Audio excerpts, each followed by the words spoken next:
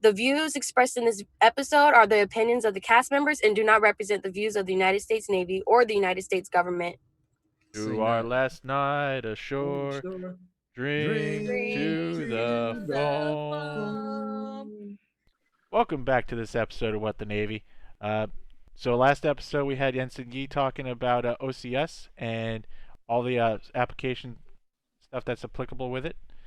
Hope you enjoyed it. Here is Chief Warrant Officer Niebauer with the rest. Take it away, sir. Okay, can you guys hear me? Yes, sir. All right, fantastic. If it fades out, it's on my side, not yours. Okay, so I'm going to talk, and this is directed at every sailor that watches this who is even remotely thinking about putting on an officer's uniform someday. I'm talking it's something that goes across every application. Something, it doesn't matter whether or not you're applying for Seaman to Admiral, going through OCS, LDO, warrants, whatever. And a lot of what you were hitting on, Chief, it can be summed up in one word, and that's pride. Okay. What they're looking for, regardless of the board, is a demonstration that you take pride in yourself, you take pride in your profession, you take pride in serving your country, and you take pride in your personal life, whatever that is. So that comes across in many different ways, in many different forms. It's not going to be the same for everyone. So when we talk about things like, for instance, extracurricular activities, right? If you're just doing to do them to make yourself look better, it's not really showing in your profession, right? So don't go out and have 15 different extracurricular activities that you can only dedicate a modicum of time to. Instead, find something that you enjoy, something that's beneficial to both you and the Navy, and give it everything you got. You do that, and you put that on an application, it's going to come across, and they're going to see it, and they're going to recognize it. But as far as LDOs and warrants go, the unique thing about the program with us is that LDOs and warrants choose their relief. That's what we do. We have reviews, we do appraisals for every applicant. In addition to every single person, they'll get evaluated by the entire team. And then ultimately the commander, well, Commodore in this case, will have the final say on whose packages get to go forward and whose don't. But the reality is, if somebody comes in, and it's happened many times before, they come in, they do an interview. If they don't cut it, if we know that there's no way they're going to make it through the board, we'll tell them. We'll pull them aside. We'll mentor them, say, hey, look, your package isn't strong enough this up to what we expect. So we want you to work on it for the next year, and then try again. And so we take that to heart. It really means a lot because there's a lot of expectations that go with putting on, in my case, putting on CWO2. You know, when you get commissioned, like I said, you go through fork and knife school. You're not going back to your last command. You're immediately going to a new command. So they have no idea what your experience level is. They know you were a chief, but that's about as much as they know. And so you have to go in, you have to hit the ground running, and you have to be able to handle it. And so that's a really big piece of it. So with that expectation, we need to make sure that you are prepared and you're ready to go. The story I tell everybody is, my entire career, I had been a CT, started off as a CTT, then was force converted to a CTR, been in that long. And as a CTR, at that point, I had done many different jobs. I had been afloat on ships. I had done submarines. I had done ground deployments. I had done many different things, special projects, you name it, right? The one thing I never did was I never did aircrew. I was never a airborne CT type, right? So I get commissioned, I get selected, I get commissioned, and my first tour of duty, you would think that I'm going to going to go as a subject matter expert. I'm going to go and do something involving something I've done in the past. That's where my expertise, right? No, my first tour of duty is the staff cryptologist at the Top Gun Air School. So I am out there as the senior cryptologist to train all of the incoming, the air crews that are getting ready to deploy with the strike groups, even though I had never done their mission before. But the thing is, as a leader, you're a leader. And as a cryptologist, you're a cryptologist. Doesn't matter what the platform is, doesn't matter what it is. And so I'm not going to lie, my learning curve was very steep to actually really drill down and learn a position to the point where I could teach others. But also at the same time, I had a strong background in cryptology, so it was very easy for me to walk right in there and be able to teach cryptology, which is what was required of me at the time. And that's what they expect. And that's what's expected of your LDOs and warrants. Whenever they come in, you need to be able to walk into any situation and be able to immediately get your bearings and be able to do what's right for the sailors, what's right for the command, what's right for the Navy. So that's really in a nutshell. There's no secret secret wording you can put into an application or any secret career path. You know, if you take this job, it's going to get you selected. There is nothing like that. There are things, and it's the same across the board. You know, they look for attention to detail.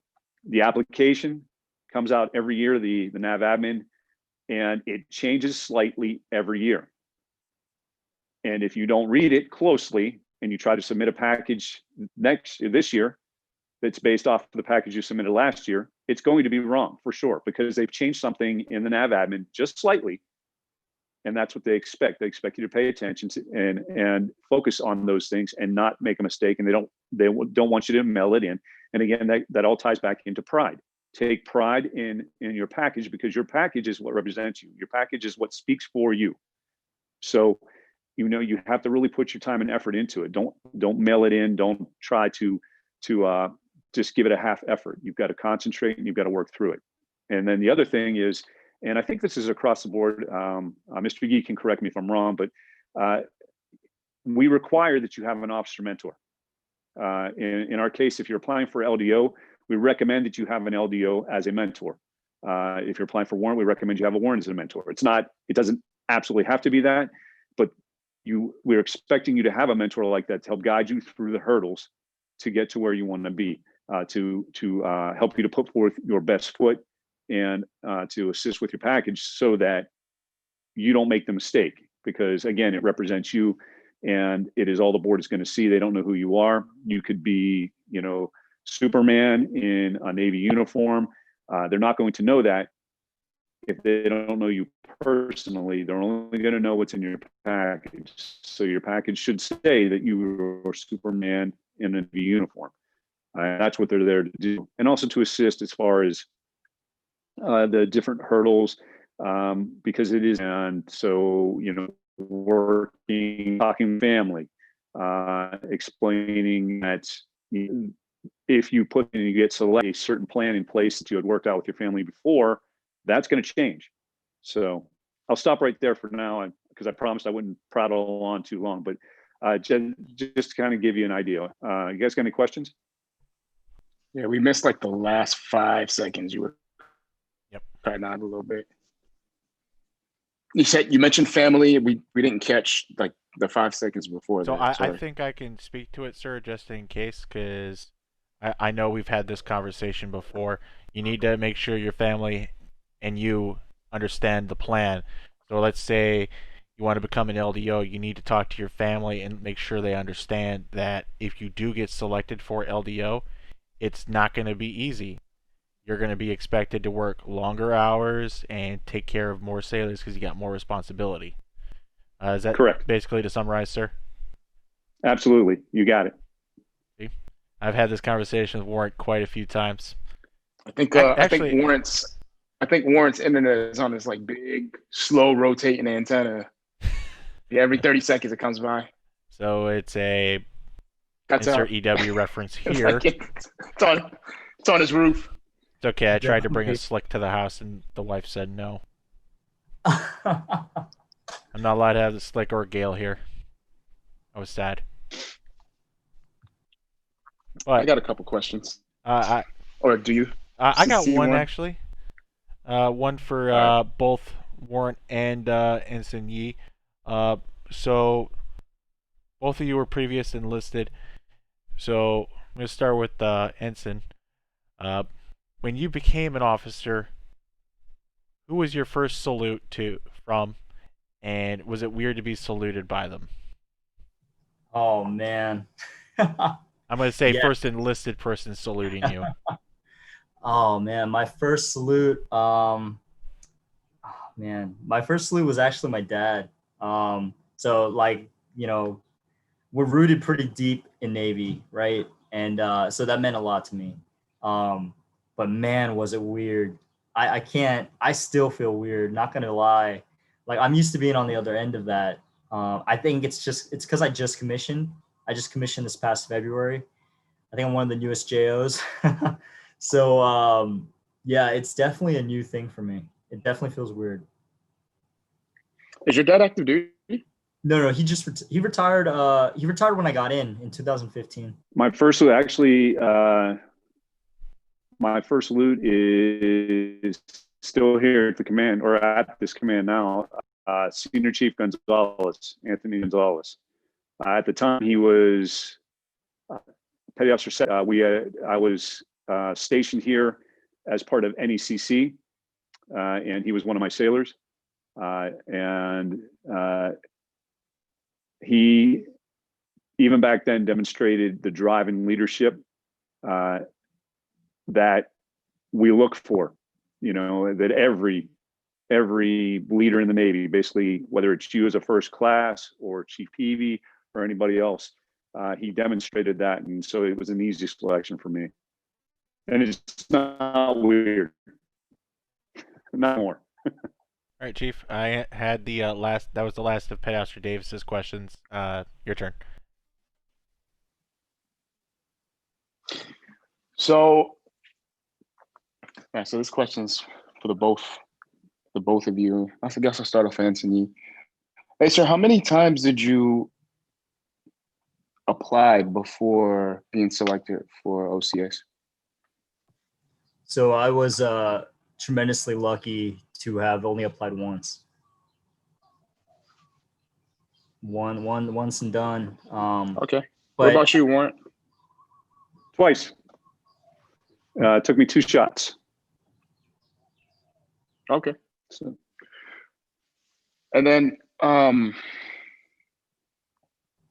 at some point, I don't think we've discussed it yet, but at some point so there's a difference between having the desire to become an officer and then knowing that you need to be an officer. And in my opinion, entertaining the idea of being an officer, like it's different. I want to be an officer, or excuse me, I want to be a chief petty officer, and then okay, I am a chief petty officer. At what point was it already there when you were enlisted? Was there a point that you knew you had to be an officer, or was it always kind of a desire until you got to OCS, until you were commissioned? I don't know if I'm that may be too much of a sensitive question. I'm not sure, but at what point did you say, like, I have to be an officer? Like, I get it. I get it now. I did my time as an enlisted. I got everything that I could at this point out of being an enlisted sailor, and now I have to become an officer. Does that happen, or what do y'all think about that? well, I can take that one. I didn't have like this epiphany. There was no one moment where I was like, I want to be an officer. I need to be an officer. I remember being a second class and having a CW04, Kim Watson, who's been retired for quite some time now. She represented everything that I thought an officer in the Navy should be. She was a mentor of mine, and she provided an outstanding example for me to follow. So I was a second class and then a first class under her leadership. And it was then, those were the early seeds that were planted that I think I need to do this. But honestly, for me, you know, walking away, and when I say walking away, I mean that in a theoretical sense from the Chiefs mess was one of the hardest things I've done. I miss the Chiefs mess every day. Not a day has gone by since I've been a warrant that I don't. I miss the camaraderie. I miss the support that you get from the Chiefs mess as a chief versus as an officer. I miss that all the time. But for me, it was two things.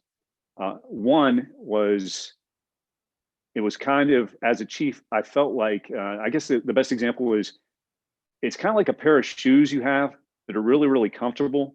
And then all of a sudden one day you put them on and they just don't fit right anymore.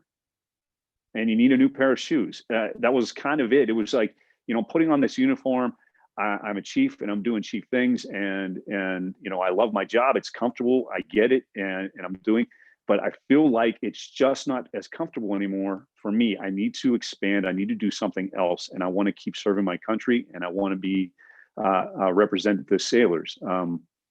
And then the second part of it was, as a CTR and as you become a chief, and Chief P, you can identify with this, as you become more senior, you become less operational. The opportunities to go out and do tactical jobs, the opportunities to go out and lead teams and get, basically the opportunities to get your hands dirty become less and less, right? I wasn't ready for that. I wasn't ready to wash my hands. I wanted to keep getting my hands dirty.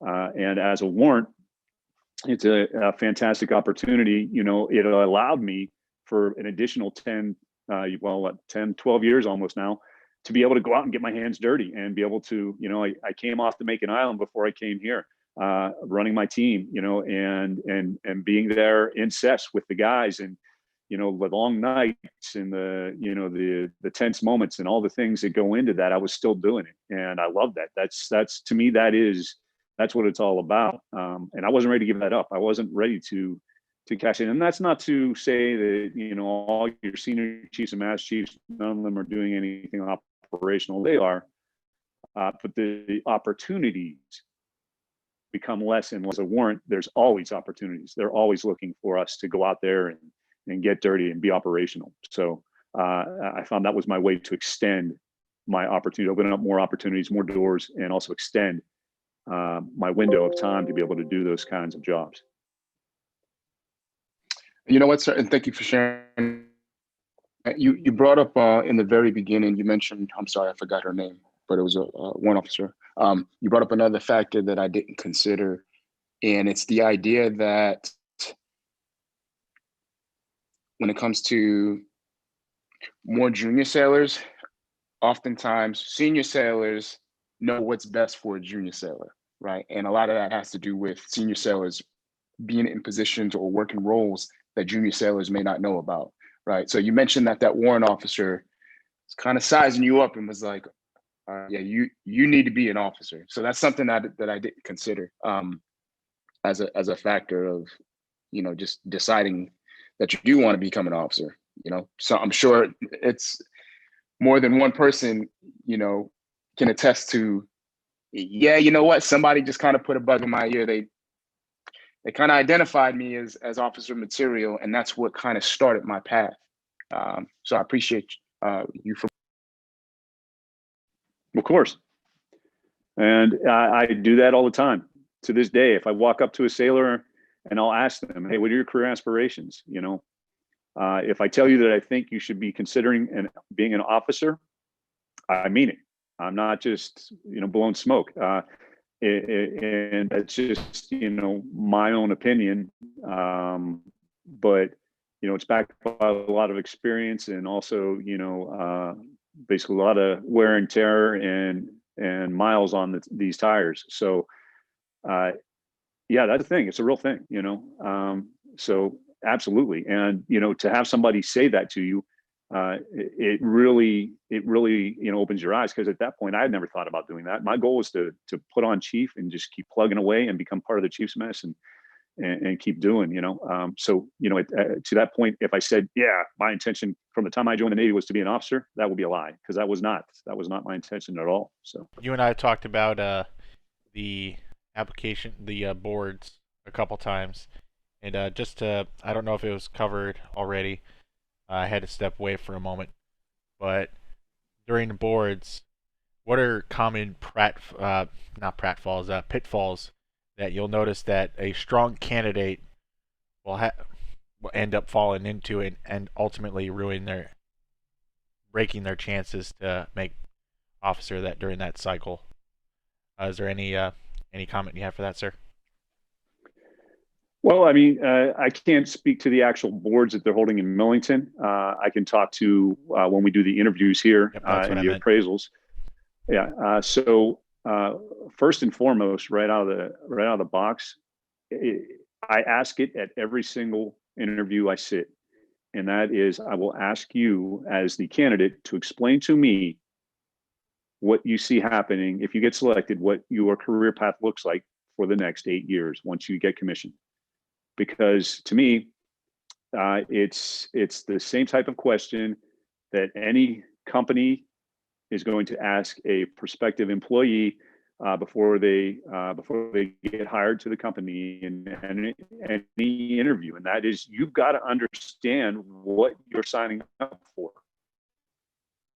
And if you can't talk to that, and you don't know what it looks like, then I question whether or not you've actually really looked. I question whether or not you actually really understand what you're doing, and that immediately sets off alarm bells for me.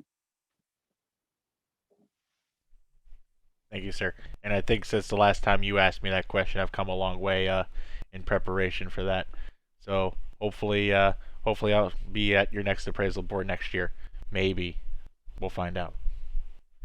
Oh, you'll be there. You haven't said your officer material CTT1 to me yet, so I don't know. Did I ask you about your package? You did, I think. You did ask me about a package at one point. So I guess right. I'll take that. Don't nuke it. Oh, if you're looking for the kinder, general, hug. Let me give you a hug. I know I ain't gonna get that from you. You're not gonna get that from me. I know I won't get that from you, sir.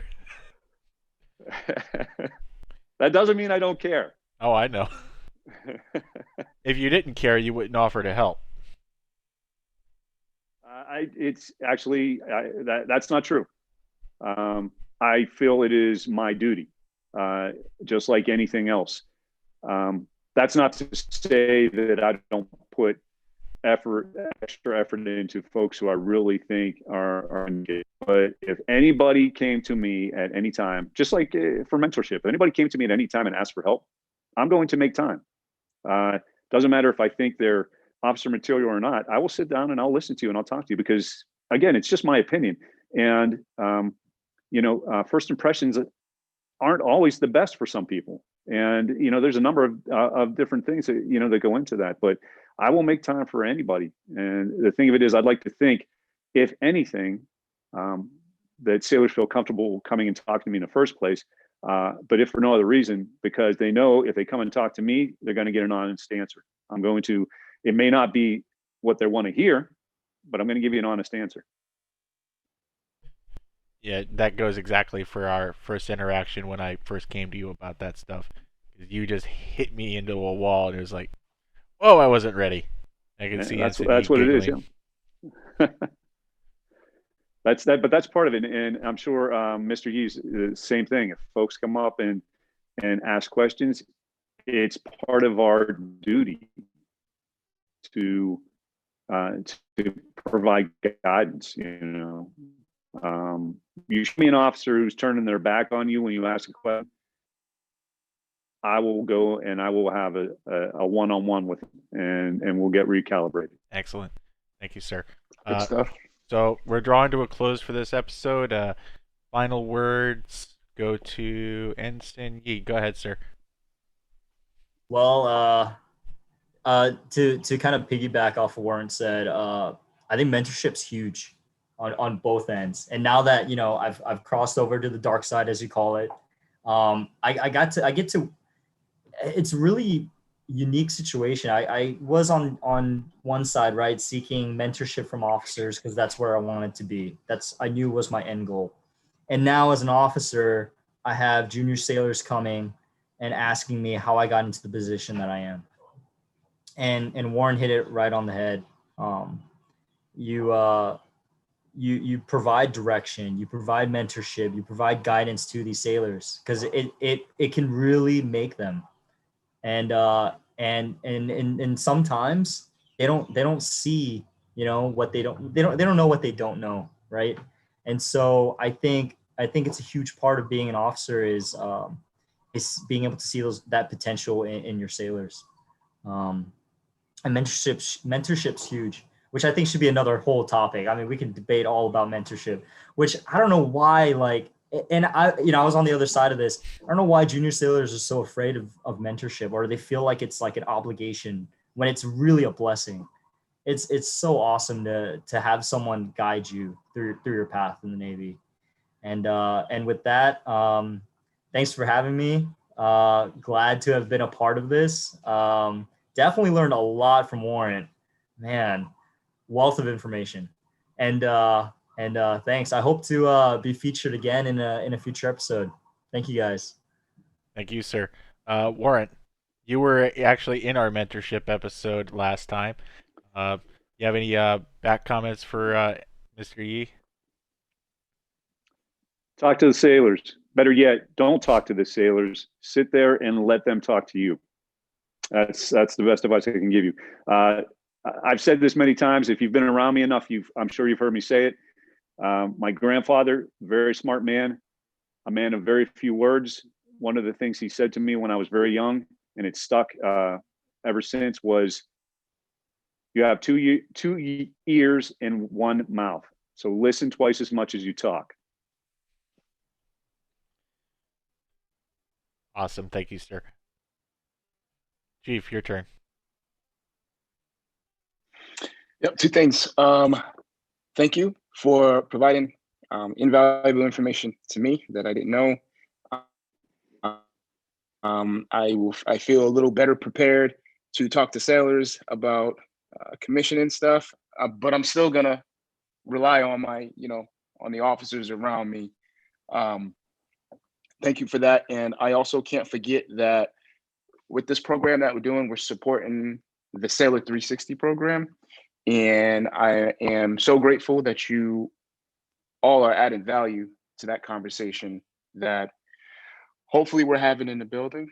But this is another means that we're going by. And I mean, we got active duty enlisted, active duty officers. That is what the Sailor 360 program is about. So I'm always grateful. CTT1, as always, thanks for the opportunity for letting me be here. Awesome.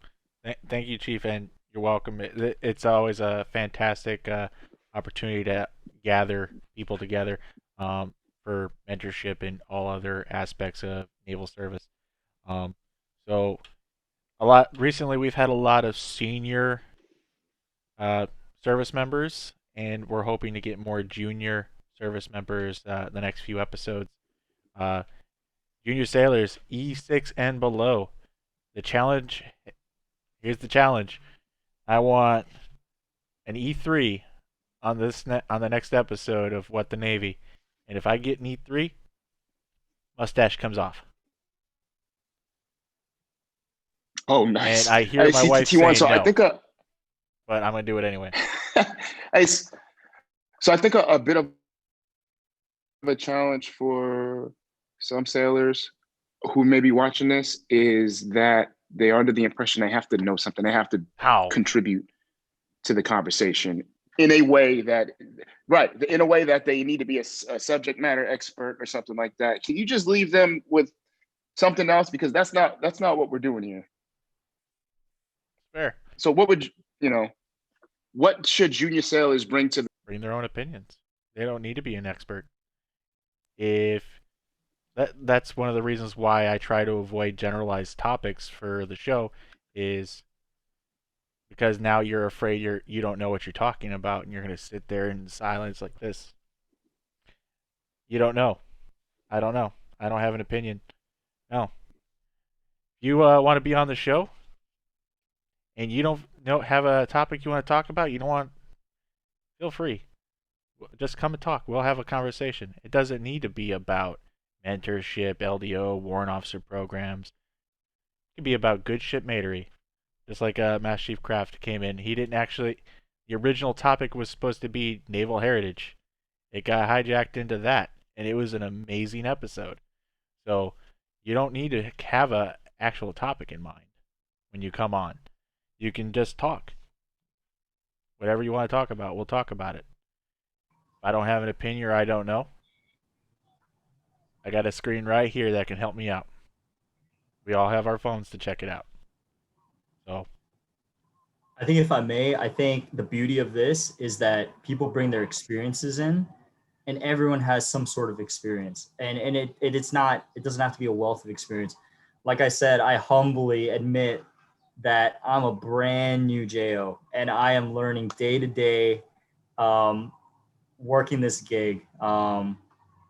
So if I can do it as an ensign, that is still learning, I really encourage junior sailors as well, to come and freely talk and explore and learn, engage others, and bring your experiences into this conversation. And I think that's what it really comes down to. Once you have a conversation started, that's how we really develop our sailors, develop ourselves, and then develop our sailors. and sir, I'll I just dig it, sir, caveat. because if we, I'll just caveat that, sir, from sailors to just service members in general. Just for yep, Air and if Force, we know Army, and all everything that. about our job, and if we, Go ahead, Chief. so if we know everything about, all right, so if we know everything about our job, and if we know everything about the Navy, what is next to learn? Well, each other. So, yeah, I dig it. We all are filtering this world through, different eyes. So, different perceptions, and it's all worth it. It's all valuable. So, thanks again. Hey, just want to say one more thing. Go ahead, sir. Happy birthday to the Navy. Ooh, So- yeah. Yeah, about 2 weeks ago, I had the opportunity to meet apparently I am one of the oldest sailors at the command.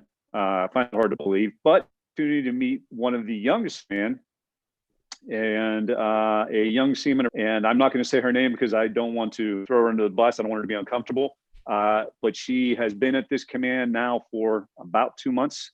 She is 19 years old, from South Carolina, and we talked for a good 45 minutes. And then we cut a cake with a sword. So it was a fantastic opportunity. So if you're a sailor out there and you're thinking about staying in the Navy for a really long time, this is my plug right here. Eventually, someday, put in for the warrant program. Eventually, you can be a crusty warrant like myself to cut the birthday cake for them. Awesome. Thank you, sir.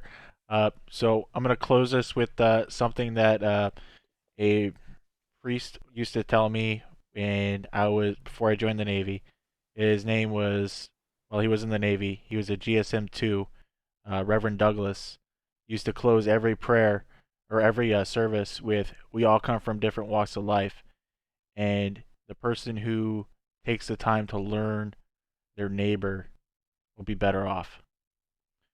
So with that, I end the episode, and we'll see you next time. Next episode's topic is... Thank you for watching this week's episode. Please give us a like and subscribe and hit the notification button so you can catch all our episodes as they're uploaded or when we do it live. If you would like to be a part of the show and have a topic that you would like covered, please email us at whatthenavy@gmail.com or leave us a comment below. Thank you for watching this episode of What the Navy.